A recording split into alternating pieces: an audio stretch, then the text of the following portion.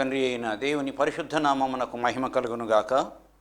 క్రీస్తునందు నా ప్రియమైనటువంటి శ్రోతలను జీవవాక్కుల కార్యక్రమంలోని దేవుని మాటలను వినడానికి ప్రేమపూర్వకంగా వందనములు తెలియచేస్తూ ఆహ్వానించుచూ ఉన్నాను. గ్రంథము నుంచి ఒక మాట చదువుకొని ప్రార్థన తర్వాత సందేశంలోనికి వెళ్దాం. మొదటి తెస్సలోనికయ పత్రిక 5వ అధ్యాయము 16వ వచనములోని ఈ మాటను మనం చదువుకొని ప్రార్థన చేసుకొని ముందుకు వెళ్దాం. ప్రతి విషయమునందును కృతజ్ఞతాస్తుతులు చెల్లించుడి. ప్రతి విషయమునందును కృతజ్ఞతాస్తుతులు చెల్లించుడి. ప్రార్థన చేద్దాం. ప్రభువైన దేవా, పరలోకపు తండ్రి, గొప్పదైన నీ నామమునకు వేలాది వందనములు, స్తుతులు, స్తోత్రములు చెల్లిస్తున్నా. ఇంకొక తరుణం అనుగ్రహించారయ్యా నీ సన్నిధిలో నిలబడడానికి. నీ ప్రతినిధిగా నీ మాటలు చెప్పడానికి అయోగ్యుడనైన నాకు అర్హత ఇచ్చినందుకు వందనాలు ప్రభువా. తరుణం ఇచ్చారు. స్తుతులు తండ్రి. మీ మాటలు నాకు మా శ్రోతలకు వినిపింపచేయండి ఆయన. నీ మాటలో జీవముంది, నీ మాటలో బలముంది, నీ మాటలో శక్తి ఉంది ప్రభువా. జీవితాలను మార్చగలిగినటువంటి ప్రభువా జీవం ఉన్నది ప్రభువా. మాట్లాడయ్యా, బోధించు తండ్రి. నన్ను నీ సాధనంగా నిలబెట్టుకోమని ఆయన మా శ్రోతలకు వినగలిగిన చెవిని, గ్రహించగలిగిన హృదయాన్ని, అనుసరించదగినటువంటి జీవితాన్ని ప్రసాదించమని యేసునామమున వేడుకుంటున్నాము తండ్రి. ఆమేన్. ప్రతి విషయమునందును కృతజ్ఞతాస్తుతులు చెల్లించుడి. ప్రతి విషయమునందును కృతజ్ఞతాస్తుతులు చెల్లించుడి. పౌలు రాసినటువంటి పత్రికలు చాలా విలువైనవి. ఎందుచేతనగా దేవుని ఆత్మచేత నడిపించబడ్డాడు, దేవుని ఆత్మచేత నింపబడి వ్రాసాడు. నా ప్రియమైనటువంటి వారలారా, కృతజ్ఞతాస్తుతులు చెల్లించుట, కృతజ్ఞతాస్తుతులు చెల్లించుట ఓ మంచి లక్షణం. కృతజ్ఞతాస్తుతి చెల్లించుట ఏంటి? కృతజ్ఞతాస్తుతులు, కృతజ్ఞత అంటే ఏంటి? నా ప్రియమైన వారలారా, పొందిన మేలును బట్టి సద్భావము కలిగి మీరు మేలు చేశారు, మీకు వందనాలు అని చెప్పినప్పుడు దాన్ని కృతజ్ఞత కలిగిన హృదయము లేదా కృతజ్ఞత భావము అని అంటారు. చాలా మంచి స్వభావం ఇది, చాలా మంచి లక్షణము. నా ప్రియమైనటువంటి వారలారా, కృతజ్ఞత భావము కలిగినటువంటి వారి ఎడల దేవుడు అద్భుతాలు చేస్తాడు, ఆశ్చర్యాలు చేస్తాడు, లెక్కలేనని మేలు చేస్తాడు. ఆ భావం ఉన్నటువంటి వారిని చేరదీస్తాడు ఆయన. ఈ కృతజ్ఞతా భావం ఉన్నటువంటి వారిలో చెప్పుకోవాలంటే మొట్టమొదటి వ్యక్తి మన పితరుడైనటువంటి దావీదు. ఆయన అంటాడు, నా ప్రాణమా యెహోవాను సన్నుతించుము, నా అంతరంగంలో ఉన్న సమస్తమా ఆయన పరిశుద్ధ నామమును సన్నుతించుము. ఆయన చేసినటువంటి ఉపకారములలో దేనిని మరువకు, నా ప్రాణమా యెహోవాను సన్నుతించుము. ఎంత గొప్ప హృదయము, ఎంత మంచి హృదయం. చిన్న స్థితిలో ఉన్నాడు, గొర్రెలు కాచుకుంటున్నటువంటి స్థితిలో నుంచి దేవుడు హెచ్చించాడు ఒక రాజుగా. ఏపాటి వాడనయ్యా, ఎంతటి వాడను ప్రభువా, నన్ను ఇంతగా హెచ్చించుటకు నేను ఏపాటి వాడను, నా తండ్రి ఇల్లు ఏపాటిది అని అంటాడు. అంతటి కృతజ్ఞతాభావం కలిగినటువంటి వ్యక్తి మన పితరుడైనటువంటి దావీదు. సరే, పౌలు కూడా ఆ ఉద్దేశాన్ని ఒక్కానిస్తూ బోధిస్తాడు. కృతజ్ఞతాస్తుతులు చెల్లించుడి. ప్రతి విషయములో ఇంకా ఒక అడుగు ఎక్కువగానే, ఇంకొక మెట్టు ఎక్కువగానే, మేలు జరిగినప్పుడే కాదు, కీడు జరిగినప్పుడు, మంచి జరిగినప్పుడే కాదు, అననుకూలత జరిగినప్పుడు కూడాను ఆయనకు స్తుతులు చెల్లించండి అని చెప్పి. ఎందుచేతనంటే ప్రతిదీ కూడా దేవుని చిత్తములో జరిగించబడుతుందని పౌలు గారు అంటారు. ప్రతి విషయములో కృతజ్ఞతాస్తుతులు చెల్లించి, కనీసం అన్ని విషయాల్లో కాకపోయినా కనీసం మేలు జరిగినప్పుడన్నా దేవుని ఎడల కృతజ్ఞత చెల్లించాలి. చూద్దాం, ఒక పాఠం నేర్చుకుందాం. మత్తయి సువార్త 9వ అధ్యాయము 18వ వచనంలో నుంచి ఒక మాట చదువుకుందాం. యేసు ప్రభువుల దగ్గరికి ఒక అధికారి వస్తాడు. ఒక అధికారి వచ్చి, నా కుమార్తె ఇప్పుడే చనిపోయినది, ఆయనను నీ వచ్చి నీ చేయి ఆమె మీద ఉంచుము, ఆమె బ్రతుకున నేను. మత్తయి సువార్త 9వ అధ్యాయం 18వ వచనంలో ఒక్క వచనములో అతని యొక్క అభిప్రాయము యేసు ఎడల వ్యక్తమైపోయింది. చనిపోయింది, ఖచ్చితమైన విషయము తెలుసు అతనికి. ప్రభు దగ్గరికి వచ్చాడు, నా కుమార్తె చనిపోయింది, నువ్వు వచ్చి చేయి ఉంచితే చాలు నా యొక్క కుమార్తె బ్రతుకుతుంది. అందులో అనుమానం లేకుండా ఖచ్చితంగా తెలియజేస్తున్నాడు చనిపోయిందని. అంతేకాకుండా నువ్వు వచ్చి చేయి ఉంచితే నా కుమార్తె బ్రతుకుతుంది, విశ్వాసాన్ని తెలియజేస్తుంది. సరే, 24వ వచనంలోకి వెళ్దాం. యేసు ప్రభుల వారు ఆ అధికారి యొక్క ఇంటికి వచ్చాడండి. యేసు ఆ అధికారి ఇంటికి వచ్చి, స్థలమీయుడి, ఈ చిన్నది నిద్రించుచున్నదే కానీ చనిపోలేదని వారితో చెప్పగా వారు ఆయనను అపహసించిరి. ఆ ఇంటికి వచ్చాడు, చుట్టూ గుమిగూడి ఉన్నారు. జరగండి, చోటివ్వండి, స్థలం ఇవ్వండి, లోపలికి వెళ్ళాలి, ఈ చిన్నది నిద్రిస్తున్నదే కానీ ఆమె చనిపోలేదు అని చెప్పేసి అన్నప్పుడు అక్కడ ఉన్నటువంటి వారు ఆయనను అపహసించిరి, ఎగతాళి చేశారు, హేళన చేశారండి. ఆయన లోపలికి వెళ్ళి ఆమె చెయ్యి పట్టుకొనగానే ఆ చిన్నది లేచెను. ఈ సమాచారం దేశమంతటా వ్యాపించెను. బాగుందండి, చాలా సంతోషం, అద్భుతం జరిగింది. అయితే ఆ చిన్నది చనిపోయింది, యేసు ప్రభు యొక్క హస్త స్పర్శ చేత ఆమె లేచింది. అయితే చనిపోయినట్లు తెలియదు, యేసు ప్రభు వచ్చినట్లు తెలియదు, ఆయన చెయ్యి ఉంచినట్లు తెలియదు. ఆ చెయ్యి ఉంచడం ద్వారా స్వస్థత కలిగి లేచిన సంగతి ఆమెకు తెలియదు. అందువలన ప్రభువుకు ఆమె వందనాలు, కృతజ్ఞత లేక స్తుతి చెల్లించలేదు, థ్యాంక్స్ చెప్పలేదు. Okay, there is an excuse for her, ఎందుకంటే ఆమెకు తెలియదు కాబట్టి. అయితే అధికారి ఉన్నాడే, అయ్యా నా కుమార్తె చనిపోయింది, ఇప్పుడే నువ్వు వచ్చి ఇప్పుడే ఆమె మీద చేయి ఉంచినట్లయితే బ్రతుకుతుందని అంత గొప్ప విశ్వాసాన్ని వ్యక్తం చేసిన అధికారి అయినా కూడాను, ప్రభువా, బోధకుడా, యేసు నజరేయుడా, దావీదు కుమారుడా, నా కుమార్తెను బ్రతికించావయ్యా, వందనాలు స్తుతులు తండ్రి అని చెప్పేసి అన్నాడా? లేదండి, అక్కడ రాయబడలేదు. రాయబడినంత వరకే ఆలోచన చేద్దాం. అయితే స్థలమీయండి అన్నప్పుడు ఎగతాళి చేశారే, హేళన చేశారే, అపహసించారే, వారు దేశమంతా ప్రకటించారంట, ఫలానా బోధకుడు, ఫలానా యేసు, ఫలానా నజరేయుడు, ఫలానా దావీదు కుమారుడు ఆ చనిపోయినటువంటి ఆ అధికారి కుమార్తెను బాగు చేశాడని చెప్పేసి అందరికీ తెలియచేశారండి. చూసారా, కృతజ్ఞతా భావము లేని అధికారి. సరే, ఇంకొక చోటికి వెళ్దాం. అక్కడే మత్తయి సువార్త 9వ అధ్యాయము 2వ వచనము. ఇదిగో పక్షవాయుతో మంచము పట్టి ఉన్న ఒకరిని ఆయన యొద్దకు తీసుకొని వచ్చిరి. యేసు వారి విశ్వాసమును చూచి, కుమారుడా, నీ పాపములు క్షమించబడి ఉన్నవి అని పక్షవాయు గల వారితో చెప్పెను. తీసుకొచ్చారు పక్షవాయుతో ఉన్నటువంటి వ్యక్తిని, నడవలేడు, మంచం మీద మోసుకొని వచ్చారు. వారికి విశ్వాసం ఉంది. అక్కడ వారి విశ్వాసమును చూచి, తెచ్చినటువంటి వారు విశ్వాసము కలిగిన వారు, వారి విశ్వాసమును చూచి, కుమారుడా, నీ పాపములు క్షమించబడి ఉన్నవి అన్నాడు ఆయన. అన్న తర్వాత 6వ వచనంలో ఆయన పక్షవాయు గలవాన్ని చూచి, నీవు లేచి నీ మంచం ఎత్తుకొని నీ ఇంటికి పొమ్మని చెప్పగా వాడు లేచి తన ఇంటికి వెళ్ళెను. జనులు అది చూచి భయపడి మనుషులకిట్టి అధికారం ఇచ్చిన దేవుని మహిమపరచిరి.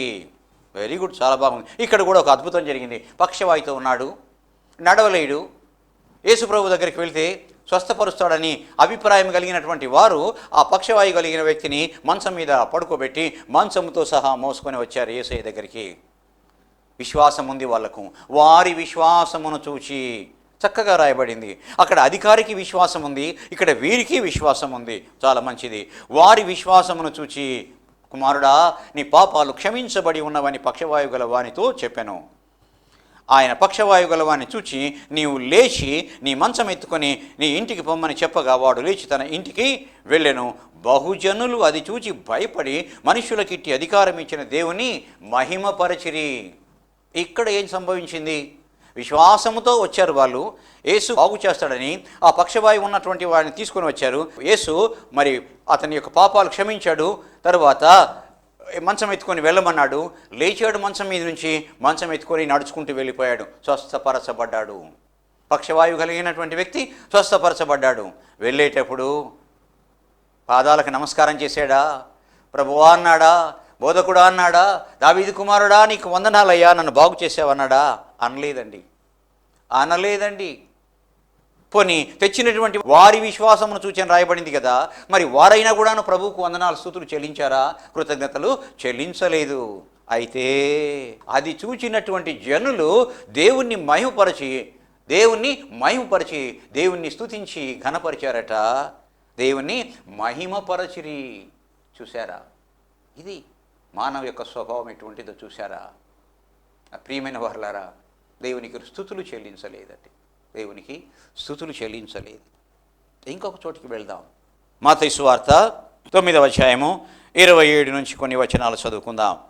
యేసు అక్కడి నుండి వెళ్ళుచుండగా 2 గుడ్డివారు ఆయన వెంట వచ్చి, దావీదు కుమారుడా, మమ్మను కనికరించమని కేకలు వేసిరి. ఇక్కడ ప్రత్యేకత ఏంటంటే, గుడ్డివారు ఆయన ఆ దారిలో వెళ్తున్నాడు, ఆ దారి ప్రక్కన ఉన్నారు గుడ్డివారు.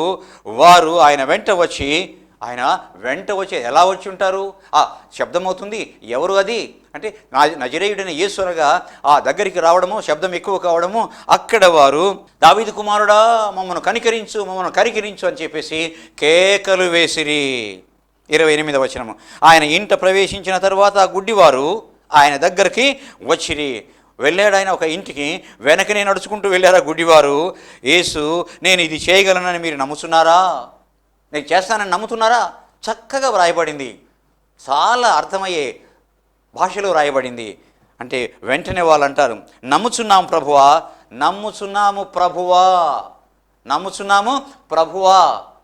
ప్రభువా, అధికారి, అధిపతి, లోకానికి అధిపతివి, నువ్వు మాకు అధిపతివి, నీ యొక్క ఆధిపత్యానికి మేము అంగీకరిస్తున్నాం ప్రభువా. సరెండర్ అయిపోయారు ఆయనకు ఆయన ఒప్పుకున్నారు. ప్రభువా అని ఆయనతో చెప్పిరి. అప్పుడు ఆయన వారి కన్నులు ముట్టి, మీ నమ్మిక చొప్పున మీకు కలుగునుగా అని చెప్పినంతలో వారి కన్నులు తెరవబడెను. చూపు వచ్చేసిందండి. అప్పుడు యేసు ఇది ఎవరికి తెలియకుండా చూచుకోండి వారికి ఖండితంగా ఆజ్ఞాపించాను. అయినను వారు వెళ్ళి ఆ దేశమంతటా ఆయన కీర్తిని ప్రచురము చేసిరి. గుడ్డివారండి. అంతకు మునుపు యేసును చూడలేదండి, యేసును ప్రత్యక్షంగా కనుగొనలేదు, యేసు యొక్క మాటలు వినలేదు, కేవలం విన్నారు. వేరొకరు చెప్తే నజరేయుడట, యేసుట, బాగు చేస్తాడట, స్వస్థపరుస్తాడట, దృష్టి ఇస్తాడట, ఇంకా ఇలాగా చెప్పగా విని అక్కడ వెళ్తుంటే, దావీదు కుమారుడా మమ్మల్ని కనికరించు అని కేకలు వేశారు. వెంట వచ్చారు. నమ్ముతున్నారా మీరు? ఇది నమ్ముతున్నాము అన్నారు. నమ్ముతున్నాము ప్రభువా, మీ నమ్మిక చొప్పున మీకు కలుగునుగాక అని చెప్పేసి అంటాడు. కళ్ళు తెరవబడ్డాయి, చూపు వచ్చింది. అయితే ఇది ఎవరికి తెలియకుండా చూసుకున్నాడని వారికి ఖండితంగా ఆజ్ఞాపించాను. అయినను వారు వెళ్ళి ఆ దేశమంతటా ఆయన కీర్తిని ప్రచురము చేశారండి. ఎంత గొప్ప విషయమో! యేసు బాగు చేశాడు, యేసు మాకు చూపించాడు, యేసు మాకు దృష్టి ఇచ్చాడు. ఇదిగో చూడగలుగుతున్నాము, ఇదిగో నడవగలుగుతున్నాము, ఇదిగో మాట్లాడగలుగుతున్నాం అని చెప్పేసి దేశమంతటా కూడా ఆయన కీర్తిని ప్రచురము చేసిరి. చూపు ఉన్నటువంటి వారికంటే గుడ్డివారైనటువంటి వీరు మేలు కదా. చూశారా నా ప్రియమైన వారలారా? అధికారి చెల్లించలేదు థ్యాంక్స్, వందనాలు చెల్లించలేదు. ఆ తరువాత మరి పక్షవాయువు కలిగిన వ్యక్తి కానీ, తెచ్చినటువంటి వారు కానీ ప్రభువుకు వందనాలు స్తుతులు చెల్లించలేదు.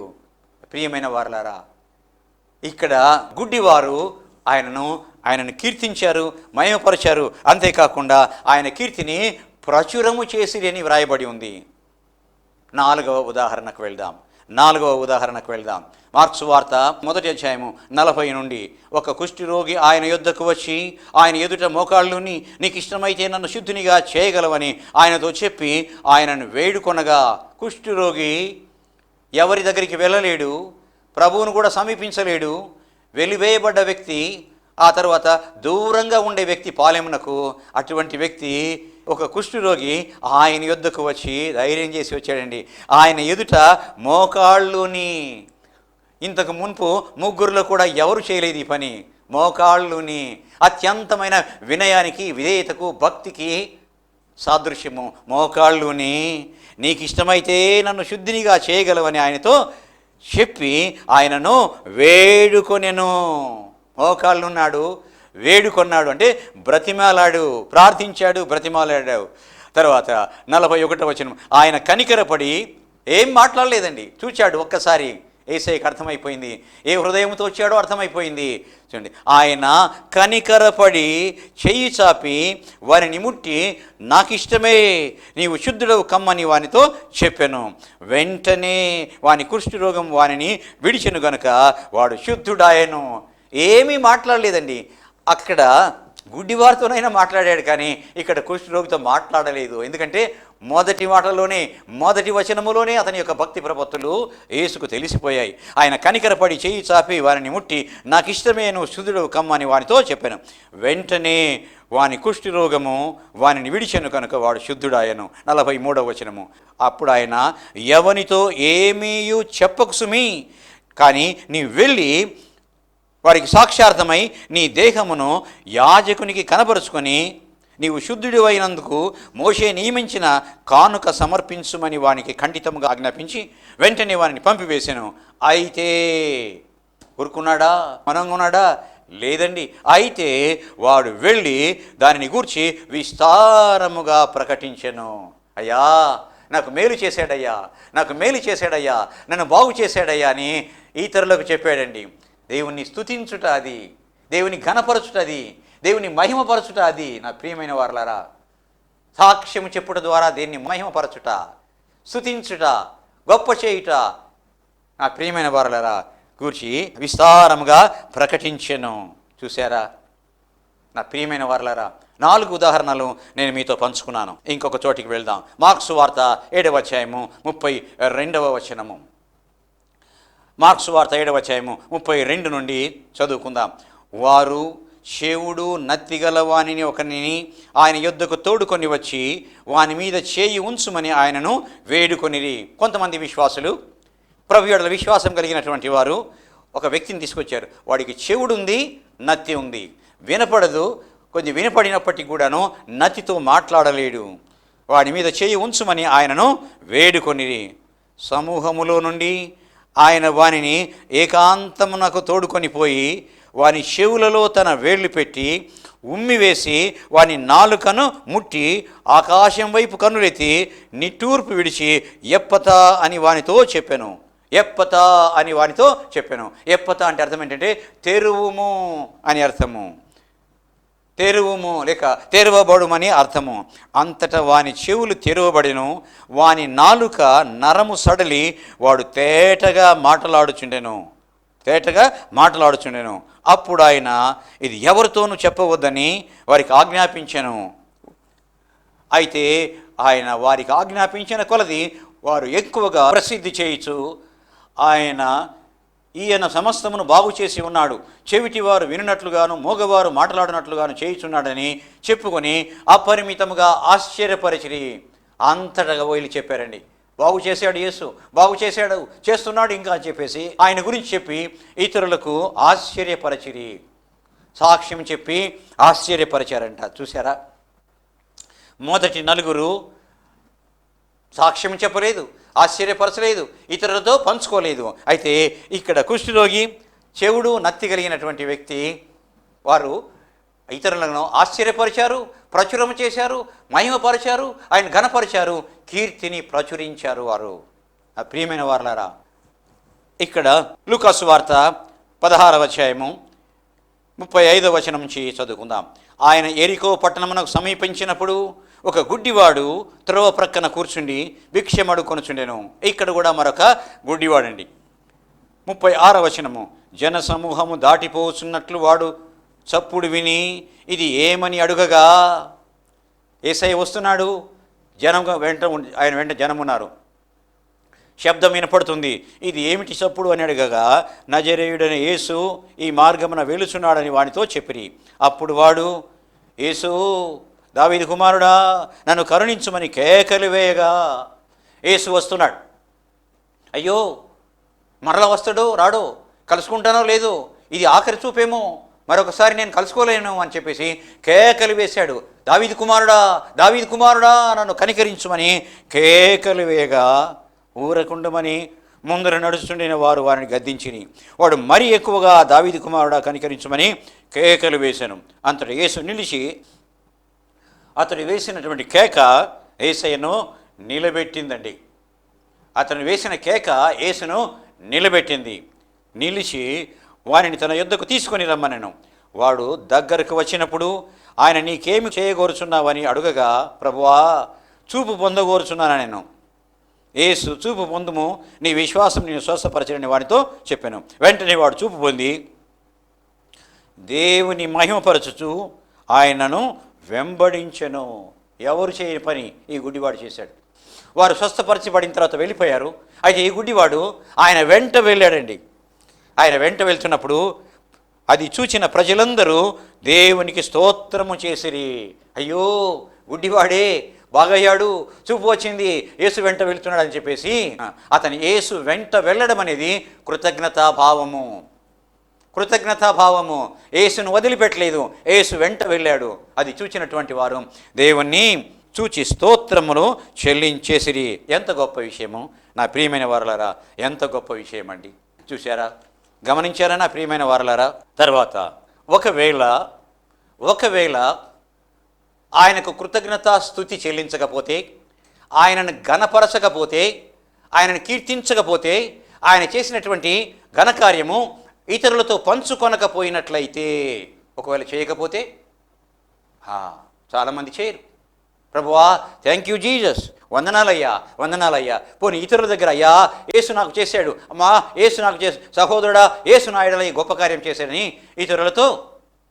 ఇతరులతో పంచుకోరు. పంచుకొనకపోతే, దేవునికి వందనాలు స్తుతులు చెల్లించకపోతే పరిస్థితి ఎలా ఉంటుందో చూద్దాం. నా ప్రియమైన వారలారా, ఇశ్రాయేలీలు ఐగుప్తు దేశం నుంచి కనాను దేశానికి వెళ్తున్నారు. చాలా దూరం ప్రయాణం చేశారు. దేవుడు అద్భుతాలు ఆశ్చర్యాలు చేస్తున్నాడు. ఎన్ని అద్భుతాలు, ఎన్ని ఆశ్చర్యాలు. ఒకానొక చోటికి వచ్చేటప్పటికల్లా ఇశ్రాయేలీలందరూ కూడాను మోషే మీద తిరుగుబాటు చేస్తారు. ఏమనంటే, మాకు మాంసము తినాలనుంది. ఆ ఐగుప్తు దేశములో మేము తిన్నటువంటి మాంసము, చేపలు, మరి బీరకాయలు, కీరకాయలు, ఇంకా మసాలా, ఇవన్నీ కూడాను, ఉల్లిపాయలు, ఇవన్నీ కూడా మాకు జ్ఞాపకము వస్తున్నాయి. మాకు మాంసం కావాలి. ఎప్పుడు ఈ మన్నా అయినా రుచి పచి లేని మన్నా అంటారండి. రుచి పచి లేని మన్నా అంట వారికి. దేవదూతలు భోంచేసే భోజనము మన్నా.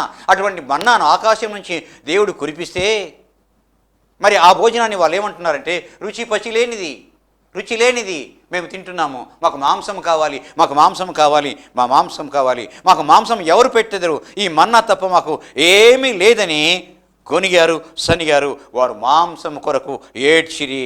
అయితే మోషే దేవుని దగ్గరికి వెళ్తాడు. ఏమంటాడంటే, మోషే దేవుని దగ్గరికి వెళ్ళి దేవునితో, నన్నెందుకు ఇలా చేశావని వాదిస్తాడు. ఎందుకయ్యా నన్ను ఇబ్బంది పెడతావు? ఎందుకు? మాంసం తినాలని వాళ్ళు అడుగుతున్నారు. మరి మాంసం కావాలట అని చెప్పేసి అంటున్నారు. మరి నన్నేం చేయమంటావు? ఇలా ఈ మాంసం ఎలా చేయాలి? వీళ్ళకు ఎలా పెట్టాలి మాంసం? అప్పుడు దేవుడు అంటాడు, మోషే, వారు మాంసం తింటారు. 1 దినం కాదు, 2 దినాలు కాదు, 10 దినాలు కాదు, 20 దినాలు కాదు, నెల దినములు మాంసం తింటారు, ఉదయం, మధ్యాహ్నం, సాయంకాలం. ప్రభువా, నువ్వైతే ఆ మాట అన్నావు. మరి వీరికి మాంసం పెట్టాలంటే ఎన్ని పక్షులు తేవాలి, ఎన్ని చేపలు తేవాలి, ఎన్ని పొట్టేలు తేవాలి, ఎన్ని ఎద్దులు తేవాలి, ఎన్నింటిని వధించాలి బలి? ప్రభువా, ఏ విధంగా మరి ఎలా అని అప్పుడు అంటాడు, మోషే, యెహోవా బాహుబలం తక్కువైనదా? చేయలేడా ఈ అద్భుతము? తింటారు చూడు. ఏం మాట్లాడలేదు. ఉదయం లేచేటప్పటికల్లా ఆ యొక్క పాలెము చుట్టూ, వాళ్ళ గుడారాల చుట్టూ నేలకు ఒక మూరెడు ఎత్తున మరి పూరేల పిట్టలు విస్తారంగా పడి ఉన్నాయండి. అందరూ లేచారు, ఆతుర్ద్రాగా వెళ్ళేగారు, తెచ్చుకున్నారు, ఒలుచుకున్నారు, కోసుకున్నారు, తిన్నారండి. అయిపోయింది. చాలా సంతోషించారు, కడుపు నిండిపోయింది. అయితే ఈ ఉదంతమంతా ఎక్కడ రాయబడిందంటే, సంఖ్యాకాండం 11వ అధ్యాయంలో ఈ మాటలు రాయబడ్డాయండి. అయితే వారి మాంసము ఇంకా తింటునేవారు. మాంసము పండ్ల సందులలో ఉండగానే వారు చనిపోయారు. దేవుని యొక్క ఉగ్రత వారి మీదకి వచ్చిందంట. మాంసము వారి పండ్ల సందులలో ఉండగానే దేవుని యొక్క ఉగ్రత వారి మీదకి వచ్చి వారందరూ చనిపోతారు. చనిపోయినటువంటి వారిని అక్కడ పాతిపెట్టారు. ఆ పాతి పెట్టబడిన స్థలాన్ని కిబ్రోతు హత్తావా అని పిలిచారు అని వ్రాయబడింది. ప్రియమైన వారలారా, ఎందుకని? ఆ ఆకలైంది వారికి. మోషేని అడిగారు, మోషే దేవుణ్ణి అడిగాడు, దేవుడే ఇచ్చాడు. మరి దేవుడే మోషే అడగగా ఇచ్చినప్పుడు ఎందుకు వారిని చంపాలి? ఎందుకు వారిని హతమార్చాలి? కారణమేంటి? వారు మోషేను శోధించారు, దేవుణ్ణి శోధించారు. అయితే అయినప్పటికీ దేవుడు ఇచ్చాడు. ఇచ్చిన తర్వాత, మోషే మిమ్మల్ని బాధ పెట్టాము, దేవా మిమ్మల్ని శోధించామయ్యా, దయచేసి మమ్మల్ని క్షమించు ప్రభువా, అయినా మీరు మాకు ఆహారం ఇచ్చారని ఒక్కరైనా దేవునికి స్తుతులు చెల్లించారా? చెల్లించలేదు. ఎంత దారుణమైన విషయము! చెల్లించారా? చెల్లించలేదండి. నా ప్రియమైన వారలారా, అంత గొప్ప అద్భుతము, అంత గొప్ప అద్భుతం. ఒకరు కాదు, ఇద్దరు కాదు, 6 లక్షల మంది, కేవలం పురుషులు మాత్రమే. మరి స్త్రీలైతేనేమి, పిల్లలైతేనేమి, ఇంకెంతమంది ఉంటారు? దాదాపు 15 లక్షలకు పైన ఉంటారండి వాళ్ళు. మామూలుగా లెక్క వేసినా సరే 15 లక్షలకు పైన ఉంటారు. మరి అటువంటి వారిని దేవుడు అద్భుతంగా మాంసంతో పోషిస్తే ఒక్కరు కూడా థ్యాంక్ యూ లార్డ్, ప్రభువా వందనాలయ్య అని చెప్పేసి అన్నారా? మోషే దగ్గరికి వచ్చి అయ్యా క్షమించయ్యా, మా తరఫున ప్రార్థన చేయమని అన్నారా? అనలేదు. చూసారా, కృతజ్ఞత చెల్లించకపోతే దేవుని యొక్క ఉగ్రత వస్తుందండి. నా ప్రియమైన వారలారా, దేవునికి కృతజ్ఞతాస్తుతులు చెల్లించాలి. అధికారి వచ్చాడు, కుమార్తె కొరకు చనిపోయింది, లేచింది ఆమె, అయితే ఆయన వందనాలు స్తుతులు చెల్లించలేదు. పక్షవాయు కలిగిన వారిని తీసుకొని వచ్చారు, స్వస్థపరచబడ్డాడు. తెచ్చిన వారు కానీ పక్షవాయుతో ఉన్నటువంటి వ్యక్తి కానీ ఆయన థ్యాంక్స్, ఆయనకు వందనాలు స్తుతులు చెల్లించలేదు. అయితే గుడ్డివారు వచ్చారు, చూపు పొందారు, ఆయన కీర్తిని ప్రచురం చేశారు. కుష్ఠరోగి వచ్చాడు, స్వస్థపరచబడ్డాడు, ఆయనను విస్తారంగా ప్రకటించాడు. ఆ తర్వాత శివుడు నత్తిగలవాడు మరి వచ్చాడు, స్వస్థపరచబడ్డాడు, మరి విస్తారముగా ప్రభువుని గురించి చెప్పి ఆశ్చర్యపరచాడు. ఆ తర్వాత ఎరికో వీధిలో ఉన్నటువంటి ఆ గుడ్డివాడు స్వస్థపరచబడ్డాడు. అయితే అన్నిటికన్నా మిన్నగా యేసును వెంబడించి వెళ్ళాడు. చూచినటువంటి వారు ఆశ్చర్యపడ్డారు. నా ప్రియమైన వారారా, మరి ఆయన నుండి ప్రతిఫలము లేక మరి ప్రయోజనము, ఆయన నుండి మేలు ఆశీర్వాదము పొందిన తర్వాత దేవునికి స్తుతులు చెల్లించకపోతే ఆ ఇశ్రాయేలు కానాను మార్గములో ఏ విధంగా చనిపోయారో అలాగే శిక్షించబడతాము. జ్ఞాపకం ఉంచుకోవాలి నా ప్రియమైన వారలారా. దేవునికి వందనాలు స్తుతులు కలిగినటువంటి హృదయం మనము కలిగి ఉండాలి. ప్రతి చిన్న విషయములు కూడా, ప్రతి విషయములు కూడా ఆయనకు వందనాలు స్తుతులు చెల్లించాలి. ఇంకా పౌలు అంటాడు, మేలు జరిగినప్పుడే కాదు, కీడు జరిగినప్పుడు కూడా దేవునికి వందనాలు స్తుతులు చెల్లించాలి. ఎందుకంటే దాని వెనుక ఆయన చిత్తం ఉంటుంది. అందువలన ప్రతి విషయములో ఆయనకు కృతజ్ఞతాస్తుతులు చెల్లించుడి. దేవుడి వాక్యం మన వినికిడిలో దీవించునుగాక. ప్రార్థన చేద్దాం. ప్రభు అయిన దేవా, గొప్ప తండ్రి, మా మంచి బోధకుడైన యేసయ్య, నీకు వందనాలు స్తుతులు చెల్లిస్తున్నాము తండ్రి. ప్రభువా కృతజ్ఞత కలిగి ఉండవలనని మా ప్రభువా నీ వాక్యం ద్వారా మాకు బోధించావు, నేర్పించావు. వందనాలు స్తుతులయ్యా నాయన. అట్టి కృతజ్ఞతా హృదయము మాకు ఎల్లప్పుడూ మేము కలిగి ఉండుటకు సహాయం చేయనైనా. విన్న ప్రతి బిడ్డను దీవించి ఆస్వాదించండి తండ్రి. మా ప్రభువా నీవు చేసిన మేలను మరిచిపోక నాయన వందనాలు స్తుతులు చెల్లిస్తూ జీవించుటకు సహాయం చేయమని, విన్న ప్రతి బిడ్డను ప్రభువా మీరు మీ యొక్క వాక్యం ద్వారా ఆకర్షించుకొని బలపరచమని వందనాలు స్తుతులు చెల్లిస్తూ యేసు గొప్ప నామమును అడిగి వేడుకుంటున్నాము తండ్రి. ఆమేన్. తండ్రి, కుమార, పరిశుద్ధాత్మ త్రియేక దేవుని కృప అనుగ్రహించబడునుగాక. ఆమేన్, ఆమేన్, ఆమేన్.